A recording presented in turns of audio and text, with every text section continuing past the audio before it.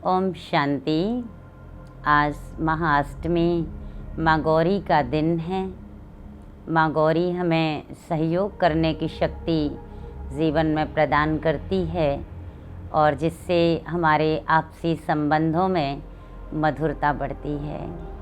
तो देखा जाए कि ये जो विषय है आज का, योगी जीवन की विशेष उपलब्धि, हमारे आपसी संबंधों में मधुरता, तो वर्तमान समय ये पूरी दुनिया के लिए ही बहुत ही महत्वपूर्ण विषय है, क्योंकि आज 99% लोग इसे ढूंढ रहे हैं और हम सभी वो महान आत्माएं हैं जिन्हें इसका समाधान पता है और उस समाधान को हम प्रैक्टिकल में लाने का पुरुषार्थ भी करते रहते हैं।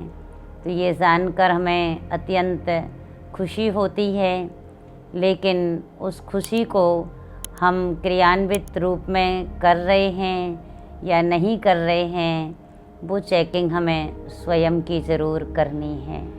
तो आज हम बात करेंगे आपसी संबंधों में मधुरता। तो देखा जाए कि जिनसे हम कभी मिलन या मुलाकात करते ही नहीं हैं, उनसे तो हमारे संबंध बहुत मधुर ही होते हैं हमेशा। उनको तो हम योगाभ्यास में वाइब्रेशन देते हैं, उन आत्माओं को, उनको दुआएं देते हैं, उनसे क्षमा मांगते हैं, उनको क्षमा करते हैं, उनसे हम दुख हरते हैं और उनको सुख के वाइब्रेशन देते हैं। और कुछ संबंधी जिनसे हम बहुत समय के बाद मिलते हैं, कभी कभी मिलते हैं, तो उनसे भी हमारे संबंध मधुर होते हैं। और जिनसे हम थोड़ी बहुत कड़वाहट भी जिनके साथ हो, तो उनको भी हम माफ़ कर ही देते हैं। लेकिन अब सवाल उठता है, चर्चा उन संबंधियों के बारे में है, उस विषय के बारे में है जिनके साथ हम प्रतिदिन रोल प्ले करते हैं, प्रतिदिन दिनचर्या में ज़्यादा समय जिनके साथ हम व्यतीत करते हैं। तो उनको देखा जाए तो हम 3 भागों में डिवाइड कर सकते हैं। एक तो लौकिक संबंधी, दूसरा हमारे अलौकिक संबंधी, और तीसरा जो हमारे बिजनेस के संबंधी या ऑफिस में जिनके साथ रहते हैं, या स्टूडेंट देखा जाए तो कॉलेज या स्कूलों में जिनके साथ हम रहते हैं। तो इनको हमने 3 भागों में डिवाइड किया।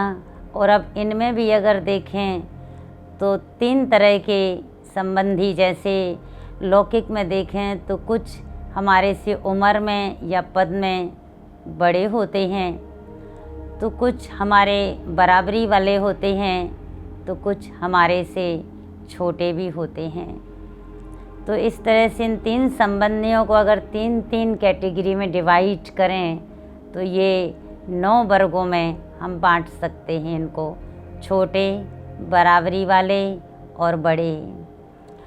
तो अब अपने आप से थोड़ा सा हम बात करेंगे, अपने आप को चेक करें। थोड़ा सा भले आप रुक जाएं, चाहे वीडियो को पॉज करें और अपनी चेकिंग करें आप। अब इन संबंधियों को अपने सामने लाएं और एक एक को सामने लाते जाएं और उनके बारे में चिंतन करें, अपनी आंतरिक भावनाओं को चेक करें, अपने वाइब्रेशन को चेक करें उनके लिए, और देखें कि उनके बारे में अब अपने आप से सवाल पूछें कि उनके बारे में मेरे संबंध कैसे हैं। रुक करके वीडियो को पॉज करके और अपना चेकिंग, अपनी चिंतन ज़रूर करें कि उन सभी के बारे में विस्तार से देखें और अपने आप से सवाल पूछें कि उन सभी से मेरे संबंध कैसे हैं। अंदर से उत्तर आपको जो मिलेगा, अगर कहीं आपको उत्तर मिल रहा है कि हाँ, यहाँ मेरे संबंध ठीक नहीं हैं, इनसे संबंध मधुर नहीं हैं, इनके प्रति मेरी भावनाएं या मेरे वाइब्रेशन अच्छे नहीं हैं, तो अब अपने आप से दूसरा सवाल पूछें कि उसका कारण कौन है। आप किसको कारण मानते हैं?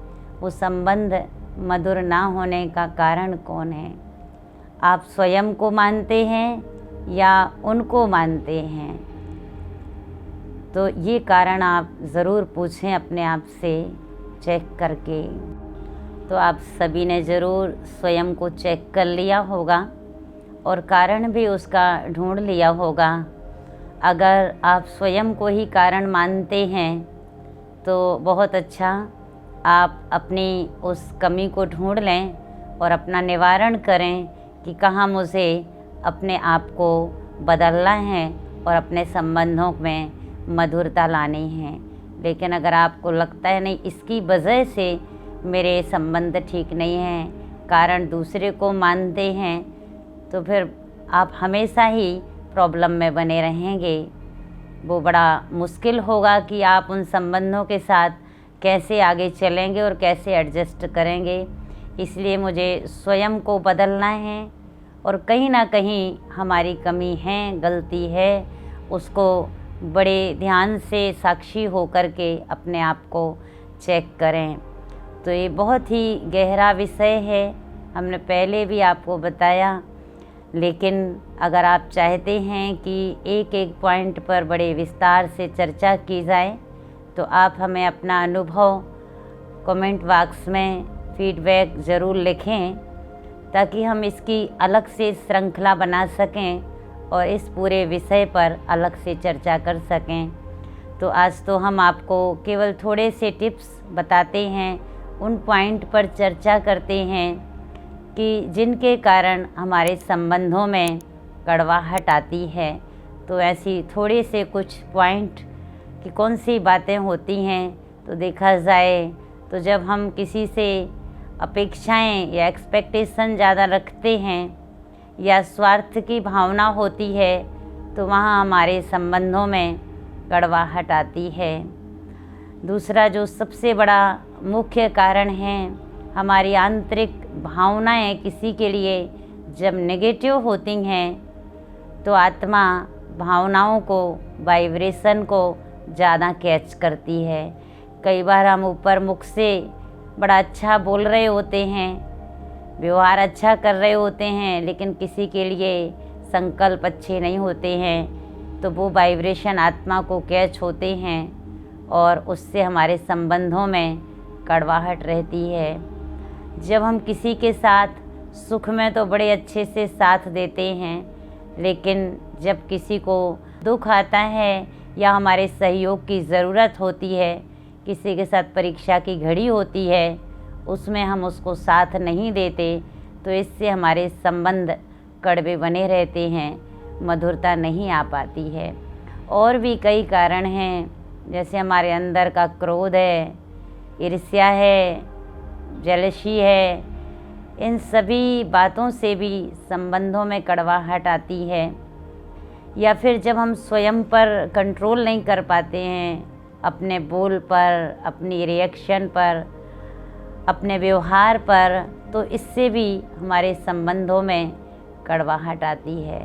तो ये कुछ बातें थीं जो आपके सामने रखी, कुछ पॉइंट कि इनसे हमारे संबंधों में कड़वाहट आती है। अब हम देखेंगे कि और ऐसे कौन सी बातें हैं, उन पर चिंतन करेंगे आप सभी कि जिनसे हम अपने संबंधों को मधुर भी बना सकते हैं।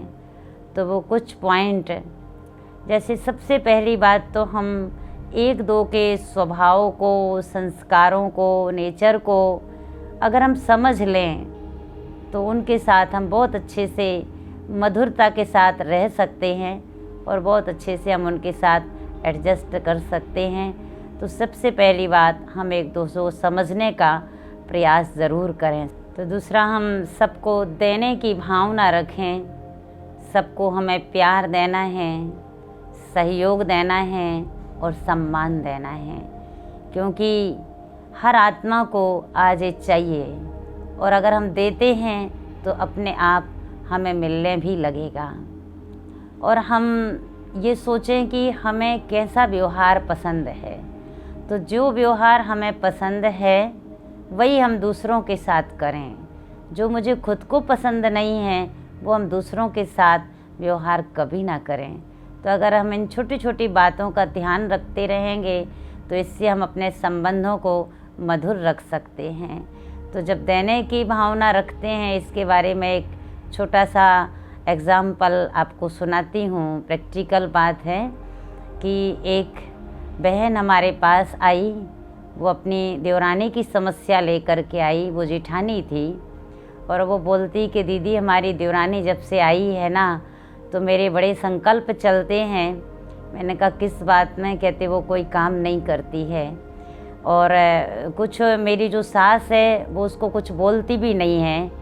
मैं सुबह जल्दी उठती हूँ, घर के काम भी करती हूँ, अपने सास ससुर को चाय पानी भी देती हूँ, सब कुछ करती हूँ, लेकिन उसके बावजूद भी अगर कोई मेहमान आ जाए तो मेरी सास मुझे ही बोलती है कि जाओ मेहमान की तैयारी करो, उसका रूम रेडी कर दो, ये कर दो।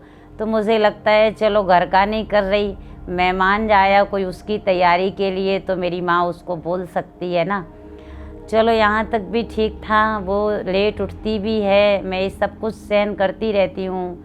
लेकिन मुझे और तो बहुत तब लगा जब एक दिन मेरे देवर ने अपनी शर्ट मुझे पकड़ाई और मुझे कहा भाभी इस शर्ट का ज़रा आप बटन लगा के रखना।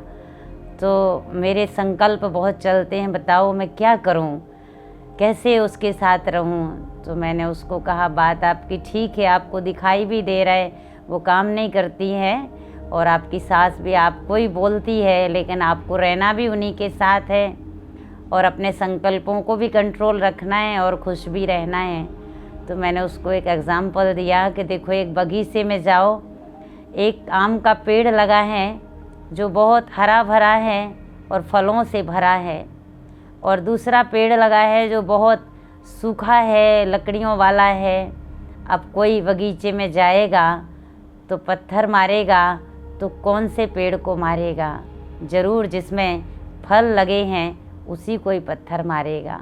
ये कहने का भावार्थ ये है कि उसी को ही कहा जाएगा जो कोई सुनता हो और कोई काम करता हो। तो आप करते हो, आप काबिल हो, आप उनके मददगार हो, इसीलिए सास आपको ही बोलती है। तो इस तरह हम कोई भी सिचुएशन है उसमें अगर हम पॉजिटिव सोचें तो हमारी पावर बढ़ जाएगी और हम संबंधों के साथ एडजस्ट कर पाएंगे और अपनी भावनाओं को हम चेंज कर लें, उनके प्रति अपने संकल्पों को बदल लें। तो इस तरह हम देने का भाव रखें आपस में, और कभी किसी को कोई शिक्षा दें, कोई बात बोलें तो हमारे कहने का ढंग बहुत अच्छा हो, जिसको बाबा कहते हैं सत्यता और सभ्यता का बैलेंस हो। तो हम सत्य बात बोलें लेकिन सभ्यता के साथ किसी को कहें। तो इस तरह से अपने संबंधों को मधुर बनाने के लिए हम इन छोटी छोटी बातों का ध्यान रखते चलें और अपने संबंधों को मधुर बनाएं। तो यही सबसे कहने का आस्भाव है कि आपने आज चेक कर लिया होगा अपने आप को कि कैसे हम अपने संबंधों को मधुर बना सकते हैं। अपने बड़ों के प्रति जो हमारी ड्यूटियां बनती हैं, जो हमारी जिम्मेवारियां बनती हैं, उनको हम करते चलें, क्योंकि कई बार हम उनसे अधिकार पूरा चाहते हैं लेकिन अपने कर्तव्य नहीं निभाते हैं। तो अधिकार के साथ साथ अपने कर्तव्य भी हम निभाएं और सबके प्रति आंतरिक भावनाएं हम बहुत अच्छी रखें, सबके प्रति वाइब्रेशन हमारे अच्छे हों। तो इनसे हम अपने संबंधों में मधुरता ला सकते हैं, क्योंकि हम तो वो आत्माएं हैं जो प्यार की दुनिया बना रहे हैं। सतयुग में जहाँ बाबा कहते हैं शेर और गाय एक घाट पर पानी पिएंगे, ऐसी दुनिया बनाने वाली हम आत्माओं में अभी कितना प्यार सबके प्रति होना चाहिए, कितना सम्मान होना चाहिए। तो वो संस्कार हम लेकर के जाएंगे। इसलिए ये तो हमारे योगी जीवन का एक बाई प्रोडक्ट है। तो हमारे संबंध अभी कितने अच्छे होने चाहिए। इन्हीं भावनाओं के साथ और इन्हीं शुभकामनाओं के साथ आज का हमें टॉपिक अभी यहीं क्लोज करते हैं और आप सबसे रिक्वेस्ट करते हैं कि आप अपने संबंधों को मधुर ज़रूर बनाएं और अपना अनुभव या अपने जो भी राय है आप अपने फीडबैक कमेंट बॉक्स में ज़रूर लिखें, ताकि आगे हम इस पर पूरे विस्तार से एक श्रृंखला बनाने का प्रयास ज़रूर करेंगे। ओम शांति।